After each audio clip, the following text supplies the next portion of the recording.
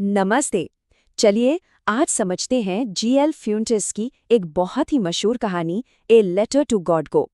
ये एक ऐसी कहानी है जो यकीन मानिए विश्वास, इंसानियत और जिंदगी की एक अजीब सी पहेली पर सोचने को मजबूर कर देती है। सुनाई होगा, विश्वास पहाड़ों को हिला सकता है। लेकिन ये कहानी एक बहुत ही पेचीदा सवाल पूछती है कि भाई हमें अपना विश्वास आखिर रखना किस में चाहिए। ये कहानी है एक ऐसे आदमी की जिसके विश्वास का कह सकते हैं इम्तिहान होता है, एक बहुत बड़ा इम्तिहान। तो कहानी के पहले हिस्से में हम मिलते हैं हमारे मेन कैरेक्टर लेंचो से। अब लेंचो एक बहुत ही सीधा सादा मेहनती किसान है। उसकी पूरी दुनिया वो बस उसके खेतों के चारों ओर ही घूमती है और उसकी सारी की सारी उम्मीदें वो टिकी हैं बस आसमान पर। जरा सोचकर देखिए, एक पूरी की पूरी घाटी और उसमें बस एक अकेला घर, वो भी एक छोटी सी पहाड़ी की चोटी पर। हाँ, यही है लेंचो का घर। और ये जो अकेलापन है ना, यही उसके और उसकी जमीन के बीच के गहरे रिश्ते को और भी पक्का करता है। लेंचो की दुनिया क्या थी? उसकी दुनिया थी उसका वो मक्के का खेत, फूलों से लदा हुआ, जो एक शानदार फसल का वादा कर रहा था। उसकी सारी उम्मीदें, सारी मेहनत, सब कुछ इसी खेत से जुड़ी थी। और खेत को चाहिए क्या था? बस एक चीज, थोड़ी सी बारिश। और फिर जैसा लेंचो ने सोचा था, बारिश आ ही गई। और वो इतना इतना खुश हो जाता है कि कहता है, अरे ये आसमान से गिरती बारिश की बूंदें नहीं हैं, ये तो नए सिक्के हैं। समझ रहे हैं? उसकी नजरों में हर एक बूंद उसकी मेहनत का फल थी, उसकी आने वाली कमाई। लेकिन कहानी का मूड यहाँ से एकदम पलट जाता है।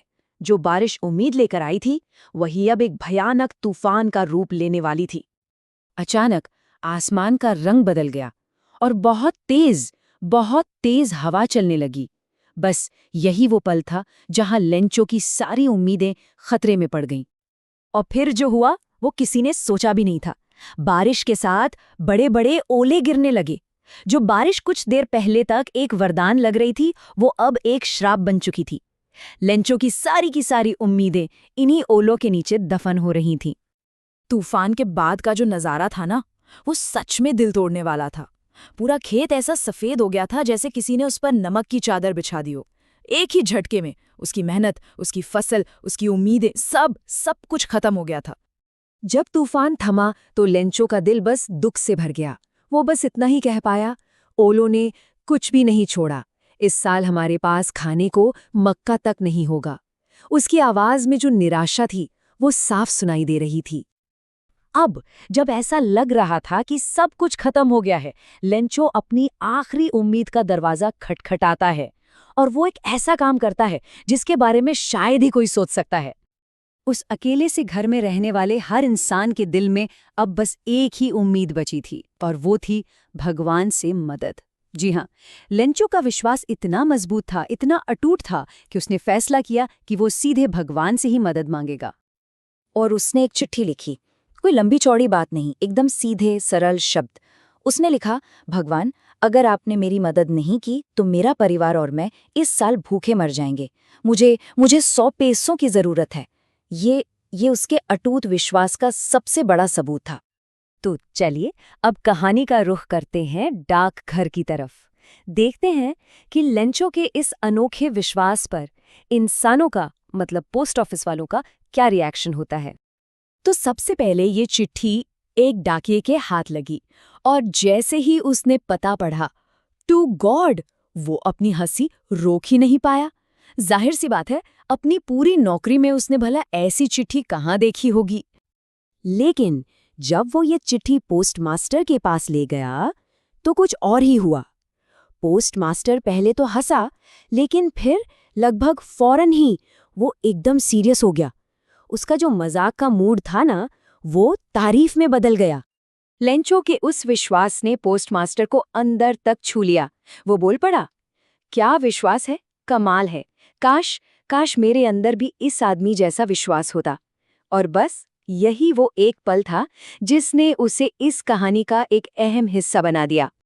पोस्टमास्टर ने ठान लिया कि इस किसान का विश्वास टूटना नहीं चाहिए। तो उसने क्या किया?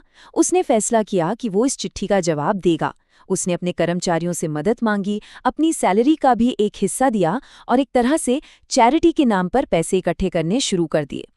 और अब हम पहुंचते हैं कहानी के सबसे दिलचस्प मोड़ पर, वो मोड़ जहां लेंचो को जवाब मिलता है और कहानी की जो असली आयरनी है, जो व्यंग है, वो सामने आता है। तो जब लेंचो को पैसे मिले तो क्या लगता है वो हैरान हुआ होगा? नहीं, बिल्कुल नहीं। उससे जरा भी हैरानी नहीं हुई। उसका विश्वास इतना पक्का था कि उसे तो पूरा यकीन था कि भगवान पैसे भेजेंगे ही। लेकिन कहानी में ट्विस्ट तो अब आता है। जैसे ही उसने पैसे गिने, वो खुश होने के बजाय गुस्सा हो गया। सोचिए जरा, धन्यवाद की जगह गुस्सा। पर क्यों? ऐसा क्या हो गया था? जवाब था पैसों की गिनती। लिफाफे में 100 पैसों नहीं थे, बल्कि सिर्फ 70 पैसों थे। अब लंचो के हिसाब से भगवान ना तो गिनती में गलती कर सकते हैं और ना ही मदद करने से मना कर सकते हैं। तो फिर बाकी के पैसे गए कहाँ? और यहीं पे कहानी का सबसे बड़ा, सबसे आयरॉनिकल मोड़ आता है। लेंचो एक और चिट्ठी लिखता है और उसमें पता है क्या लिखता है? भगवान, बाकी के पैसे मुझे डाक से मत भेजना, क्योंकि ये जो डाकघर के कर्मचारी है ना, ये बेईमानों का झुंड है। आपका लेंचो। मतलब जिन लोगों ने उसकी मदद की, उसी ने उन्हीं को चोर बता दिया। तो ये कहानी हमें एक बहुत बड़े सवाल के साथ छोड़ जाती है। आखिर ज्यादा अहम क्या है, लेंचो का भगवान पर वो अटूट आंख बंद करके किया गया विश्वास, या फिर उन इंसानों की अच्छाई जिन्होंने उस विश्वास को जिंदा रखने के लिए अपनी तरफ से पूरी कोशिश की? इस बारे में सोचने के लिए ये कहानी हमें जरूर मजबूर करती है।